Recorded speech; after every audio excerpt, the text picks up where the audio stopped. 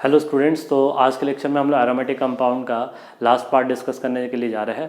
देखिए, सबसे पहले हमने एरोमेटिक कंपाउंड का केमिकल रिएक्शन के बारे में बात किया कि उसमें कौन कौन से केमिकल रिएक्शन है जो एरोमेटिक कंपाउंड शो कर सकते हैं। उसमें हमने बात की थी कि aromatic compound electrophilic aromatic substitution show कर सकता है, तो वो तो हमने रिएक्शन कंप्लीट कर लिया था। ये सारा इलेक्ट्रोफिलिक एरोमेटिक सब्स्टिट्यूशन का पार्ट हमने लास्ट लेक्चर तक कंप्लीट कर लिया। उसके बाद आता है न्यूक्लियोफिलिक सब्स्टिट्यूशन रिएक्शन, यानी कि जब एरोमेटिक कंपाउंड में कोई अगर ग्रुप लगा रहेगा तो उसको न्यूक्लियोफाइल के थ्रू हम कैसे सब्स्टिट्यूट करेंगे, आज हम उस रिएक्शन के बारे में बात करते हैं। तो सबसे पहले ये सोचो कि भाई बेंजीन जो होता है उसका एक्सपोज्ड पाई इलेक्ट्रॉन क्लाउड होता है। तो एक्सपोज्ड पाई इलेक्ट्रॉन क्लाउड होने के कारण ये सपोज बेंजीन का प्लेन हो गया, तो इसके ऊपर और इसके नीचे क्या होगा, प्रॉपर इलेक्ट्रॉन क्लाउड होगा। तो जब न्यूक्लियोफाइल आएगा तो क्या होगा, इसको अटैक करने में डिफिकल्टीज आएगा। ठीक है, इसलिए हम कहते हैं कि न्यूक्लियोफिलिक सब्स्टिट्यूशन जो होता है वो एरोमेटिक कंपाउंड में ईजिली पॉसिबल नहीं हो पाता है, क्योंकि एरोमेटिक कंपाउंड में पाई इलेक्ट्रॉन इतने एक्सपोज होते हैं कि वो इनकमिंग न्यूक्लियोफाइल को इलेक्ट्रॉन क्लाउड के थ्रू क्या करते हैं, रिपेल करते हैं। तो ये पहला रीजन है जिसके कारण हम बोल सकते हैं कि न्यूक्लियोफिलिक सब्स्टिट्यूशन एरोमेटिक कंपाउंड में डिफिकल्ट होता है। उसके बाद एक और लॉजिक होता है कि जो एरोमेटिक कंपाउंड्स होते हैं, जैसे कि मान लो ये एरोमेटिक कंपाउंड और जो लिविंग ग्रुप है जिसको आपको न्यूक्लियोफाइल के थ्रू सब्स्टिट्यूट करके बाहर करना है, तो जब न्यूक्लियोफाइल आएगा और यहाँ से लिविंग ग्रुप को बाहर निकालेगा, तो याद रखोगे कि इस लिविंग ग्रुप और इस कार्बन के बीच में यहाँ पे कौन सा कैरेक्टर होगा, डबल बॉन्ड का कैरेक्टर, क्योंकि रेजोनेंस होगा तो सिंगल बॉन्ड है तो किस में जाएगा, डबल बॉन्ड में। तो वहाँ पे डबल बॉन्ड कैरेक्टर अगर आ जाएगा तो बॉन्ड स्ट्रेंथ और ज़्यादा हो जाएगा। तो बॉन्ड स्ट्रेंथ ज़्यादा होने के कारण उसको सब्स्टिट्यूट करना वहाँ पे पॉसिबल नहीं हो पाता है। इसलिए यह भी एक डिफिकल्टीज आता है जिसके कारण एरोमेटिक कंपाउंड में न्यूक्लियोफिलिक सब्स्टिट्यूशन थोड़ा डिफिकल्ट होता है। उसके बाद हम लोग बात करें अगला कि जब न्यूक्लियोफिलिक सब्स्टिट्यूशन होगा, जब लिविंग ग्रुप यहाँ से निकल रहा होगा तो इस कार्बन पे कौन सा चार्ज आएगा, प्लस चार्ज। तो मतलब फिनाइल पे पॉजिटिव चार्ज आएगा, तो वो हाईली अनस्टेबल कार्बोकेटायन होता है। इसलिए ये रीजंस है जिनके कारण न्यूक्लियोफिलिक सब्स्टिट्यूशन इजीली पॉसिबल नहीं हो पाता है एरोमेटिक कंपाउंड में। तो हम लोग विग्रस कंडीशन में हमेशा इन रिएक्शंस को हमेशा प्रोसीड कराते हैं ताकि ये रिएक्शन जो है वो आगे जा सके। याद रखोगे, विग्रस कंडीशन में हमेशा इन रिएक्शन को कराते हैं क्योंकि ये सब डिफिकल्टीज आता है। ये सारे प्रॉब्लम जो थे वो इलेक्ट्रोफिलिक एरोमेटिक सब्स्टिट्यूशन के साथ नहीं था। ठीक है, क्योंकि वहाँ पे इलेक्ट्रोफाइल को इजीली न्यूक्लियोफाइल क्या करता था, वेलकम करता था अटैक करने के लिए। ठीक है, इन रीजन से electrophilic aromatic substitution easily possible है, लेकिन न्यूक्लियोफिलिक सब्स्टिट्यूशन में थोड़ा डिफिकल्टीज आता है। इसलिए इसमें हम लोग थोड़ा डिफरेंट केस लेकर हम लोग आगे रिएक्शन को प्रोसीड करते हैं। अब इसमें भी हमें दो पार्ट पढ़ना है, एक ArSN1 पढ़ना है और एक हमें ArSN2 पढ़ना है। मतलब एरोमेटिक न्यूक्लियोफिलिक सब्स्टिट्यूशन, या बोल सकते हैं aromatic unimolecular nucleophilic substitution, aromatic bimolecular nucleophilic substitution. तो ये दोनों मैकेनिज्म अभी हम लोग देखेंगे। पहले यहाँ तक नोट करो, फिर आगे कंटिन्यू करते हैं।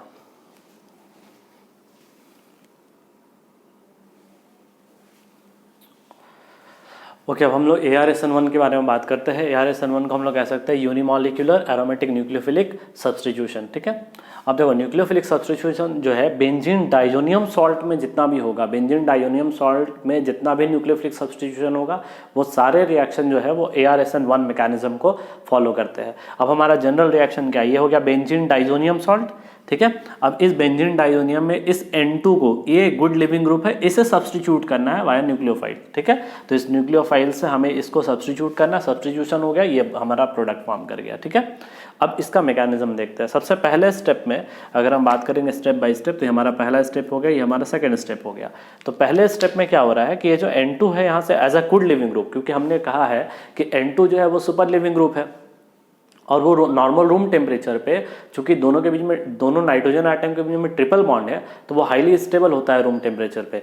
इसीलिए यहाँ पे N2 जो है वो क्या है, इतना अच्छा लिविंग ग्रुप है कि इसके निकलने के कारण ये रिएक्शन जो है वो फेवर कर रहा है। क्योंकि बहुत लोगों के मन में ये डाउट होगा कि भाई ये तो हाईली अनस्टेबल कार्बोकेटायन है, माना कि हाईली अनस्टेबल कार्बोकेटायन है, मगर इसकी स्टेबिलिटी इतना ज़्यादा है कि इसके लिविंग ग्रुप एबिलिटी के कारण ये रिएक्शन जो है वो आगे फॉरवर्ड शिफ्ट कर गया। लेकिन चूंकि ये अपना एरोमेटिसिटी को यहाँ पे तुम्हारा लूज कर रहा है, या कह सकते हैं कि तुम्हारा sp2 पे पॉजिटिव चार्ज आ रहा है, तो हाई रिंग स्ट्रेंथ के कारण इसकी स्टेबिलिटी क्या होगी, कम होगी। इसलिए रिएक्शन का जो रेट होगा वो काफ़ी स्लो होगा, इसलिए हमारा ये RDS हो गया। अब देखो अगले स्टेप में न्यूक्लियोफाइल इस कार्बोकेटाइन पे अटैक करेगा, तो ये तुम्हारा फास्ट स्टेप के थ्रू प्रोसीड करेगा, हमारा न्यूक्लियोफाइल जाके लग गया। ठीक है, तो देखो अब काइनेटिक्स की अगर बात कर लेंगे तो रेट का रिएक्शन जो है, रिएक्शन का पूरा रेट है वो इस स्टेप पे डिपेंड करा पहले स्टेप में। तो पहले स्टेप में तो सिर्फ यही है, तो हमने लिख दिया रेट इज इक्वल्स टू के इनटू दिस। ठीक है, मतलब इसका ऑर्डर जो है, ये ऑर्डर कितना हो गया 1। अब इस आरडीएस में कितना मॉलिक्यूल पार्टिसिपेट कर रहा है, सिंगल मॉलिक्यूल पार्टिसिपेट कर रहा है ये, इसलिए इसका मॉलिक्यूलरिटी भी क्या हो गया 1 आ गया। अब देखो इंटरमीडिएट क्या बन रहा है, कार्बोकेटाइन बन रहा है। अगर इंटरमीडिएट यहाँ पे कार्बोकेटाइन बन रहा है तो ये सोचो कि जितना भी इलेक्ट्रॉन डोनेटिंग ग्रुप जो है, ठीक है, इलेक्ट्रॉन डोनेटिंग ग्रुप जो होगा उसको अगर रिंग से अटैच करोगे तो वहां पे रेट ऑफ रिएक्शन क्या होगा, इंक्रीज करेगा। ठीक है, क्योंकि अगर इलेक्ट्रॉन डोनेटिंग ग्रुप होगा तो वो अपने इलेक्ट्रॉन डेंसिटी को क्या करेगा, बेंजीन रिंग में पुश करेगा, और जब बेंजीन रिंग में पुश करेगा तो उससे क्या होगा कि इस कार्बोकेटाइन का स्टेबिलिटी क्या होगा, बढ़ेगा, इसलिए रेट ऑफ रिएक्शन भी क्या होगा, बढ़ेगा। इसलिए हम कह सकते हैं कि rate of reaction is directly proportional to stability of carbocation. उसी तरह हमारा अगला यह है केस कि अगर इलेक्ट्रॉन विड्रॉइंग ग्रुप को अटैच कर दे तो वो क्या कर देगा, जस्ट रेट ऑफ रिएक्शन को डिक्रीज कर देगा।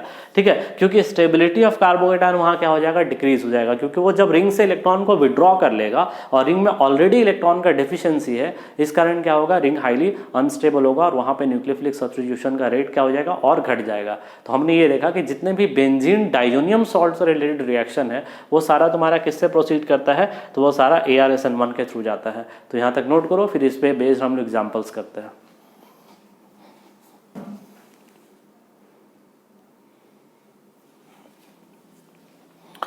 ओके, अब देखिए यहाँ पे हमने कुछ रिएक्शन लिखा है, सारा रिएक्शन जो वो ArSN1 पे बेस्ड है।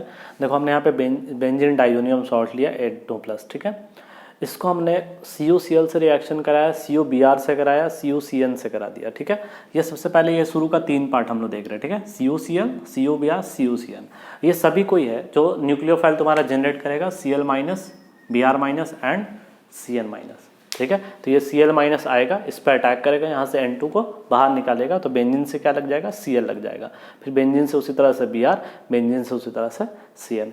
अब देखो यहाँ पे CuCl ले रहे थे और इस रिएक्शन में देखो copper in presence of HCl ले रहे हैं, तो कॉपर पाउडर भी बहुत बार लिखता है। ठीक है, कॉपर पाउडर प्लस HCl, तो कॉपर पाउडर प्लस HCl क्या करेगा, रिएक्शन में पहले CuCl बनाएगा और फिर वो CuCl जो होगा उसमें Cl- न्यूक्लियोफाइल इसको जाके सब्स्टिट्यूट करेगा, मतलब प्रोडक्ट वही बन रहा है। ठीक है, हमने क्या किया, रिएजेंट को अलग अलग कर दिया, यहाँ पे डायरेक्ट कॉपर क्लोराइड ले रहे थे, यहाँ पर copper in presence of HCl ले रहे थे। तो अब इससे क्या डिफरेंस आएगा, अब इस डिफरेंस को अच्छे से जानो। ठीक है, अगर हम डायरेक्ट कॉपर क्लोराइड लेते हैं, कॉपर ब्रोमाइड लेते हैं, कॉपर साइनाइड लेते हैं, तो इस रिएक्शन को हम कहते हैं सैंडमेयर्स रिएक्शन। ठीक है, लेकिन अगर मान लो कि हम copper in presence of HCl, copper in presence of HBr, copper in presence of HCN ले, तब इस रिएक्शन को हम कहते हैं गैटरमैन रिएक्शन। अब देखो 2 रिएक्शन है, गैटरमैन रिएक्शन है Gattermann cos reaction. Gattermann cos reaction में क्या बन रहा था, बेंजल्डिहाइड, उसी तरह से गैटरमैन रिएक्शन में आपका क्या बन रहा है, इस तरह से क्लोरोबेंजीन या ब्रोमोबेंजीन या मान लो साइनोबेंजीन बनेगा। ठीक है, अब देखो यहाँ पे रिएक्शन कंप्लीट, आपके एनसीईआरटी बुक में रिएक्शन कैसे दिया होगा, पहले NH2 NaNO2 HCl से क्या बनेगा, बेंजीन डाइजोनियम सॉल्ट, और फिर उसमें कॉपर क्लोराइड, देखो कॉपर क्लोराइड ले रहे हैं, तो रिएक्शन को क्या बोलेंगे, सैंडमेयर्स रिएक्शन। अब देखो यहाँ पे यहाँ तक में कॉपर पाउडर प्लस HCl ले लिया, तो फिर रिएक्शन को क्या बोलेंगे, गैटरमैन रिएक्शन। ठीक है, तो ये बेसिक डिफरेंस होता है गैटरमैन रिएक्शन में और सैंडमेयर्स रिएक्शन में। अब यहाँ पे देखो इस रिएक्शन में यहाँ पे N2+ है, फ्लोरिनेशन के लिए HF एंड BF4- हम लोग ले रहे हैं। ठीक है, क्योंकि तुम्हारे यहाँ पे कॉपर फ्लोराइड जो होता है उसको हम लोग यूज नहीं करते, वहाँ पे हम लोग HF और BF4- यूज कर रहे हैं, और ये तुम्हारा F- न्यूक्लियोफाइल जनरेट करेगा, अटैक करके यहाँ से यहाँ पे फ्लोरोबेंजीन बना देगा। तो अब देखो जैसे कि हमने पढ़ा था कि बेंजीन का जब हम लोग हैलोजनेशन कराए थे इलेक्ट्रोफिलिक एरोमेटिक सब्स्टिट्यूशन में, तो हमने कहा था आयोडिनेशन काफी स्लो होता है और फ्लोरिनेशन काफी एक्सप्लोसिव होता है, इसलिए फ्लोरोबेंजीन बनाने के जो बेस्ट मेथड होता है वो ये होता है, क्योंकि कंट्रोल्ड वे में हम इससे फ्लोरिनेशन कराते हैं। उसी तरह से यहाँ देखो ETO-, तो यहाँ पे न्यूक्लियोफाइल कौन है, यहाँ पे न्यूक्लियोफाइल हो गया ETO-, तो ये अटैक किया यहाँ पे N2 को बाहर निकाला, तो यहाँ पे क्या लग जाएगा, OET लग जाएगा, देखो ये बन गया। ठीक है, उसी तरह से देखो ये रिएक्शन, यहाँ पे न्यूक्लियोफाइल कौन है, वाटर, यहाँ अटैक किया, यहाँ से N2 को बाहर निकाला, तो यहाँ पे OH+ आ जाएगा, OH2+, H को रिलीज कर देंगे तो OH बन जाएगा, प्लस N2 निकल जाएगा। उसी तरह से यहाँ पे न्यूक्लियोफाइल क्या Na+SH- गया, N2 को बाहर निकाल दिया। उसी तरह से H3PO2 जो है एक्चुअली ये रेडिकल मैकेनिज्म से जाता है, रेडिकल मैकेनिज्म से याद रखोगे, H3PO2 रिएजेंट है जो है मैकेनिज्म उतना ज़्यादा इसका इंपॉर्टेंट नहीं है, लेकिन याद रखो कि बेंजीन डाइजेनियम सॉल्ट में अगर हम H3PO2 रिएक्शन कराते हैं तो यहाँ से सब्सटीट्यूट करके तुम्हारा क्या बना देता है, उसको बेंजीन बनाता है। ठीक है, मतलब ये बेसिकली तुम्हारा H से इसको रिप्लेस करता है। तो ये सारे रिएक्शन जो थे वो ARSN1 पे बेस्ड थे। तो यहाँ तक लिखो, उसके बाद आगे हम लोग ARSN2 का बात करते हैं।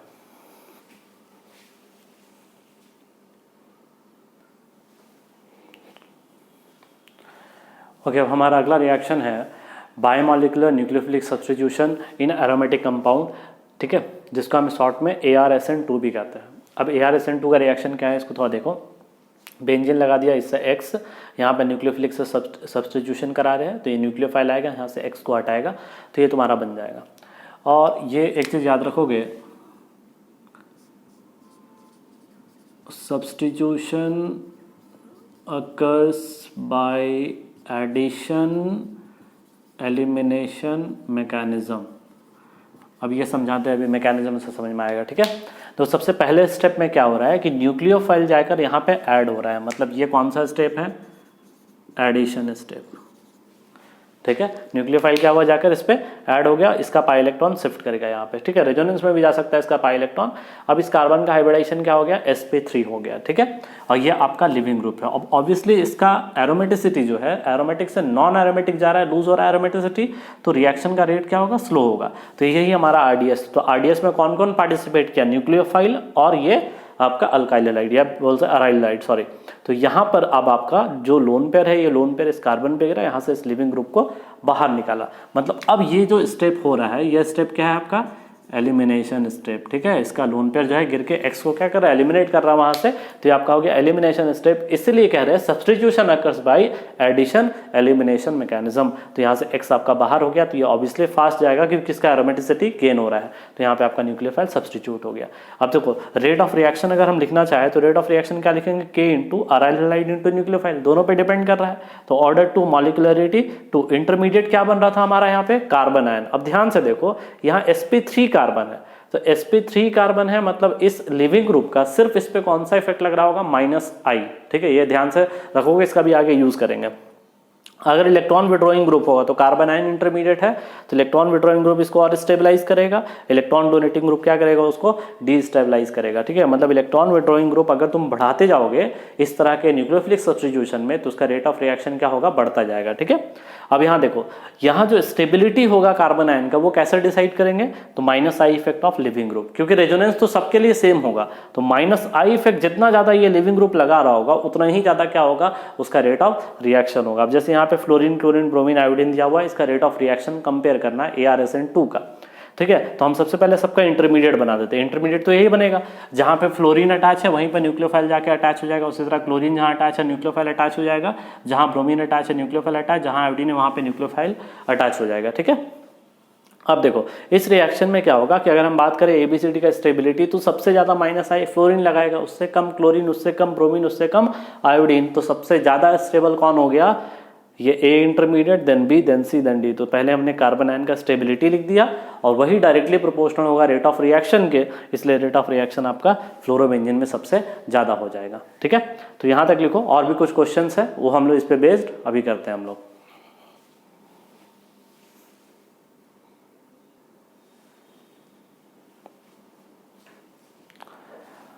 देखो अब इसमें हम लोग कुछ एग्जांपल करते हैं ARSN2 पे बेस्ड, कैसे कुछ एग्जांपल से देखो ध्यान से। पहला है डाउस प्रोसेस। ये NCERT में ये रिएक्शन है, मगर इस रिएक्शन का नाम नहीं होगा। ठीक है, तो इस रिएक्शन को हम डाउस प्रोसेस कहते हैं। तो देखो यहाँ पे क्लोरोबेंजीन हमने लिया हुआ है, NaOH, यहाँ पे OH- एज अ न्यूक्लियोफाइल काम करेगा। तो देखो सिंपल सिर्फ OH- हमने लेकर, ऐसा नहीं कि OH- रिएक्शन करा दिया, क्योंकि ये न्यूक्लियोफाइल है, जब जाएगा तो इसका वो जितने भी प्रॉब्लम्स था वो सारा प्रॉब्लम्स यहाँ पर भी होगा कि यहाँ पर डबल बॉन्ड का कैरेक्टर आएगा, इस पर डेल्टा पॉजिटिव चार्ज आएगा, इसका इलेक्ट्रॉन क्लाउड इसको रिपेल करेगा। ये सारा प्रॉब्लम के कारण ये इजीली रिएक्शन कैरी आउट नहीं होगा। तो हम क्या करते हैं कि टेम्परेचर देखो 623 केल्विन 300 ATM, यानी हाई टेम्परेचर हाई प्रेशर हमने दिया, तो ये रिएक्शन में OHCl को सब्स्टिट्यूट कर दिया। ठीक है। अब यहाँ देखो एक NO2 लगा दिए। NO2 कौन सा ग्रुप है? Electron withdrawing group. अगर इलेक्ट्रॉन विड्रॉइंग ग्रुप लेंगे तो वो क्या करेगा? रिएक्शन के रेट को बढ़ाता है, ArSN2 के रेट को बढ़ाएगा। तो उसमें क्या है कि NaOH हमने लिया। अब जो टेम्परेचर यूज कर रहे हैं वो टेम्परेचर 623 केल्विन से कम है। देखो T dash is less than 623 kelvin and pressure 300 ATM था यहाँ पे, pressure P dash is less than 380 ATM। तो यहाँ पे OHCl को सब्सटीट्यूट कर दिया। मतलब अगर NO2 लगा दिया, एक और NO2 हमने लगा दिया, तो रिएक्शन का रेट में जो इतना ज़्यादा विग्रस कंडीशन यहाँ यूज़ करे थे उससे कम विग्रस कंडीशन यहाँ यूज़ हुआ। अब उससे थोड़ा सा कम और नॉर्मल कंडीशन में आ गया। टेम्परेचर जो है वो इससे भी कम होगा, प्रेशर इससे भी कम होगा। तो यहाँ देखो तुम्हारा इजिली सब्सटीट्यूशन हो गया। 3 NO2 हमने ग्रुप लगा दिया इसमें। तो 3 NO2 ग्रुप लगाने से हुआ गया कि यहाँ पर तुम्हारा नॉर्मल वाटर से ही हम इसका सब्स्टिट्यूशन करा दिए। मतलब ये हुआ कि कैसे इलेक्ट्रॉन विड्रॉइंग ग्रुप यहाँ पे इंक्रीज कर रहा है तो रेट ऑफ रिएक्शन जो है वो क्या कर रहा है? हमारा इंक्रीज कर रहा है। तो इसका कॉमन नेम भी आपको पता होगा। कॉमन नेम क्या है इसका? Picric acid. ठीक है। तो पिक्रिक एसिड बनाने का एक तरह से 2 मेथड हो गया। एक तो क्लोरोबेंजीन से इस तरह से इससे बना सकते हो पिक्रिक एसिड, और दूसरा बनाने का तरीका क्या था? फेनॉल का नाइट्रेशन कर दो। तो फेनॉल का नाइट्रेशन में भी ये बनता था। अब यहाँ देखो कुछ एग्जांपल हमने लिखा है। यहाँ पे सारा ये सब न्यूक्लियोफाइल है, ETO माइनस NH3। तो सारा न्यूक्लियोफाइल किस पे अटैक करेगा? इस पे। ETO माइनस गया, Cl को बाहर निकाला, तो वहाँ पे क्या लग गया? OET लग गया। NO2 एक हमने लगा दिया है ताकि रिएक्शन का जो रेट है थोड़ा सा इंक्रीज कर सके। और सभी पे हमने हिट मेंशन किया है, मतलब कंडीशन जो है वो नॉर्मल नहीं है, थोड़ा विग्रस कंडीशन है। ठीक है। तो इस तरीके से यहाँ पे जितना भी लिविंग ग्रुप है सारे लिविंग ग्रुप को कोरस्पॉन्डिंग न्यूक्लियोफाइल से सब्स्टिट्यूट कर दो और प्रोडक्ट हमारा फॉर्म कर जाएगा। ऐसे मान लो कि एक क्वेश्चन मैं यहाँ पे बना देता हूँ, जैसे इसका कॉम्बिनेशन R2NH के साथ कर देता है। ठीक है।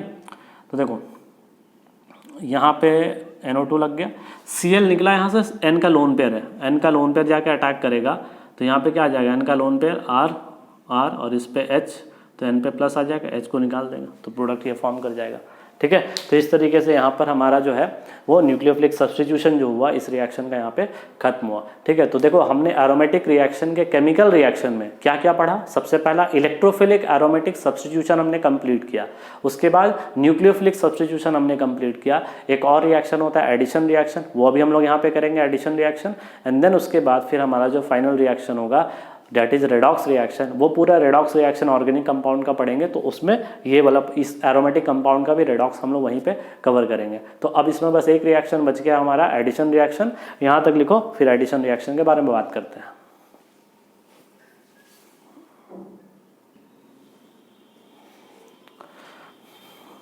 अब हम लोग एडिशन रिएक्शन के बारे में बात करते हैं। हालांकि एडिशन रिएक्शन जो होता है एरोमेटिक कंपाउंड में वो काफ़ी लेस फिजिबल होता है, क्योंकि एरोमेटिक कंपाउंड का स्टेबिलिटी काफ़ी ज़्यादा होता है। तो हम लोग जनरली विग्रस कंडीशन में ही रिएक्शन को प्रोसीड कराते हैं। जैसे कि देखिए सबसे पहला रिएक्शन है हाइड्रोजनेशन। इसमें हमने बेंजीन लिया, बेंजीन में 3H2, ठीक है, 3 इक्विवेलेंट H2 को ऐड किया। तो ये H2 क्या करेगा? ये जो पाई इलेक्ट्रॉन दिख रहा है इसको यहाँ से हटाएगा और यहाँ से H लग जाएगा, यहाँ से H लग जाएगा। इस तरह से टोटल 3 इक्विवेलेंट लिए, तो एक इक्विवेलेंट यहाँ ऐड हो जाएगा और एक इक्विवेलेंट यहाँ ऐड हो जाएगा। तो हमारा प्रोडक्ट क्या बन जाएगा? साइक्लोहेक्सेन बन जाएगा। ठीक है। हालांकि यहाँ पे तुम्हारा रिएक्शन जो नॉर्मल कंडीशन में नहीं, काफ़ी विग्रस कंडीशन में यहाँ पे प्रोसीड करेगा। उसी तरह हैलोजनेशन दिया हुआ है 3Cl2। तो जैसा हमने पढ़ा था ना CH2 डबल बॉन्ड CH2, अब इसमें Cl2 का एडिशन, तो कैसे होता था? यहाँ पे हम लोग बोलते थे CH2Cl CH2Cl बनेगा। तो सेम वे में यहाँ पे सभी में जितना भी पाई इलेक्ट्रॉन है सब में Cl तुम्हारा जाके लग जाएगा। अब इसी का कॉमन नेम है BHC, ठीक है, जिसे हम कहते हैं गैमेक्सिन भी कहते हैं। ठीक है, गैमेक्सिन बेंजीन हेक्साक्लोराइड जिसे बोलते हैं, बेंजीन हेक्साक्लोराइड बोलते हैं, C6H6Cl6। कोई दिक्कत है इसमें? उसके बाद देखो बात को यहाँ पर अच्छे से समझो कि जब हम लोग मान लो बेंजीन में 3Cl2 ऐड करते तो ये बन जाता है। काफ़ी लोगों को इसमें भी डाउट होता है। ठीक है, ये रिएक्शन अच्छे से समझो। यहाँ पे देखो, यहाँ पे बेंजीन लिया, 6Cl2 प्लस AlCl3 एक्सेस में ले रहे हैं। ठीक है, तो एक AlCl3 एक Cl2 से रिएक्ट करेगा। तो फ्रेडल क्राफ्ट जब आपने रिएक्शन पढ़ा हो, या मान लो सपोज आपने हैलोजनेशन रिएक्शन पढ़ा होगा, तो हैलोजनेशन में क्या होता था? हैलोजन प्लस लुईस एसिड लेता था। इलेक्ट्रोफिलिक एरोमेटिक सब्स्टिट्यूशन की बात कर रहे हैं। ठीक है, तो हैलोजन प्लस लुईस एसिड क्या दे देगा? Cl+। अब ये Cl+ जाके इस पर अटैक करेगा। उसी तरह से यहाँ पे 6 इक्विवेलेंट है तो 6 Cl+ बनेगा और 6 जाके वहां पे रिप्लेस करेगा H+ को। तो ये जो एग्जाम्पल है बहुत लोग इसको इससे रिलेट कर लेते हैं। ठीक है, और कंफ्यूजन कहाँ होने लगता है कि ये बेंजीन है तो बेंजीन हेक्साक्लोराइड ये है, या कंफ्यूज मत हुआ, बेंजीन हेक्साक्लोराइड ये है, इसका कॉमन नेम यहाँ पर है बेंजीन हेक्साक्लोराइड, इसे हम कह रहे हैं। ठीक है, गैमेक्सिन को, ना कि इसे कह रहे हैं, तो कंफ्यूज कभी मत होना इसमें। ये एग्जाम्पल है आपका इलेक्ट्रोफिलिक एरोमेटिक सब्स्टिट्यूशन का, और ये एग्जाम्पल है आपका एडिशन रिएक्शन का। तो ये बेसिक डिफरेंस है तुम्हारा इस कंपाउंड में और उस कंपाउंड में, दोनों में कभी कंफ्यूज नहीं करोगे, ठीक है। तो इस तरीके से हमारा एडिशन रिएक्शन का जो पार्ट है ये यहाँ पे कंप्लीट हुआ। अब जो एरोमेटिक कंपाउंड का जो रेडॉक्स वाला पार्ट है, ये जब रेडॉक्स रिएक्शन हम लोग स्टार्ट करेंगे तो उसके साथ वो सारा तुम्हारा हम लोग वहाँ पे कवर करेंगे। तो इस लेक्चर के लिए इतना ही। Okay, thank you.